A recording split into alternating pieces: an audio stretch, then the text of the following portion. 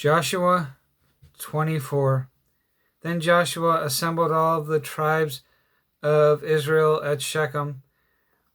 He summoned the elders, leaders, judges, and officials of Israel, and they presented themselves before God.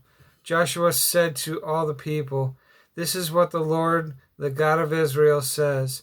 Long ago, your forefathers, including Terah, the father of Abraham and Nahor, lived beyond the river and worshipped other gods. But I took your father Abraham from the land beyond the river and led him throughout Canaan and gave him many descendants. I gave him Isaac, and to Isaac I gave Jacob and Esau. I assigned the hill country of Seir to Esau, but Jacob and his sons went down to Egypt. Then I sent Moses and Aaron, and I afflicted the Egyptians by what I did there, and I brought you out. When I brought your fathers out of Egypt, you came to the sea, and the Egyptians pursued them with chariots and horsemen as far as the Red Sea. But they cried to the Lord for help, and he put darkness between you and the Egyptians. He brought the sea over them and covered them. You saw with your own eyes what I did to the Egyptians, they who lived in the desert for a long time. Then you lived in the desert for a long time. I brought you to the land of the Amorites, who lived east of the Jordan. They fought against you, but I gave them into your hands. I destroyed them from before you, and you took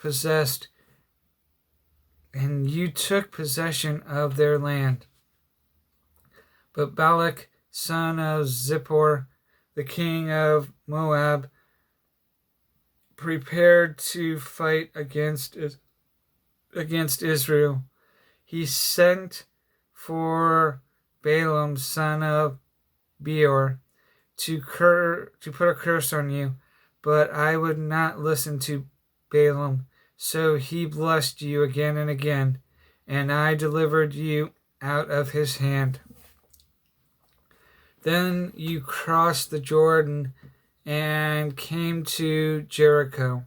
The citizens of Jericho fought against you, as did also the Amorites, Perizzites, Canaanites, Hittites, Girgashites, Hivites, and Jebusites, but I gave them into your hands. I sent the hornet ahead of you, which drove them out before you. Also the 2 Amorite kings. You did not do it with your own sword and bow. So I gave you a land on which you did not toil, in cities and cities you did not build, and you live in them and eat from vineyards and wine groves that you did not plant. Now fear the Lord and serve him with all faithfulness. Throw away the gods your forefathers worshipped beyond the river and in Egypt, and serve the Lord. But if serving the Lord seems undesirable to you, then choose for yourself this day whom you will serve, whether the gods of your forefathers served beyond the river, or the gods of the Amorites, in whose land you are living. But as for me and my household, we will serve the Lord." Then the people answered, "Far be it for us to forsake the Lord our God, forsake the Lord to serve other gods. It was the Lord our God himself who brought us and our fathers up out of Egypt, from the land of slavery, and performed those great signs before our eyes. He protected us on our entire journey, and among all the nations through which we traveled. And the Lord drove out before us all nations, including the Amorites who lived in the land. We too will serve the Lord because he is our God." Joshua said to the people, "You are not able to serve the Lord. He is a holy God. He is a jealous God. He will not forgive the rebellion. He will not forgive your rebellion and your sins. If you forsake the Lord and serve foreign gods, he will turn and bring disaster on you and make an end of you after he has been good to you." But the people said to Joshua, "No, we will serve the Lord." Then Joshua said, "You are witnesses against yourselves that you have chosen to serve the Lord." "Yes, we are witnesses," they replied. "Now then," Joshua said, "throw away the foreign gods that are among you, and yield your heart to the Lord, the God of Israel." And the people said to Joshua, "We will serve the Lord our God and obey him." On that day Joshua made a covenant for the people, and there at Shechem he drew up for them decrees and laws. And Joshua recorded these things in the book of the law of God. Then he took a large stone and set it up there under the oak near the holy place of the Lord. "See," he said to all the people, "this stone it will be a witness against you. It has heard all the words the Lord has said to us. It will be a witness against you if you are untrue to your God."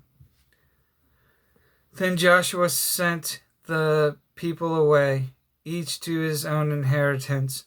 After these things, Joshua, son of Nun, the servant of the Lord, died at the age of 110, and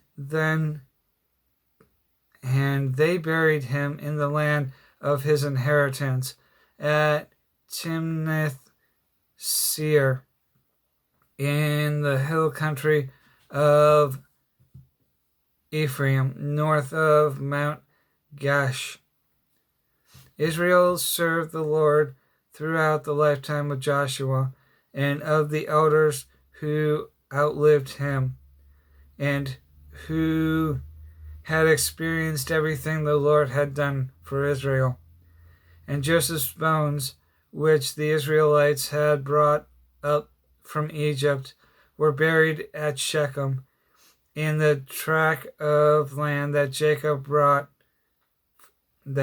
bought for 100 pieces of silver from the son of Hamor, the father of Shechem. This became the inheritance of Joseph's descendants. And Eleazar, son of Aaron, died and was buried at Gilby, which had been allotted to his son Phinehas in the hill country of Ephraim.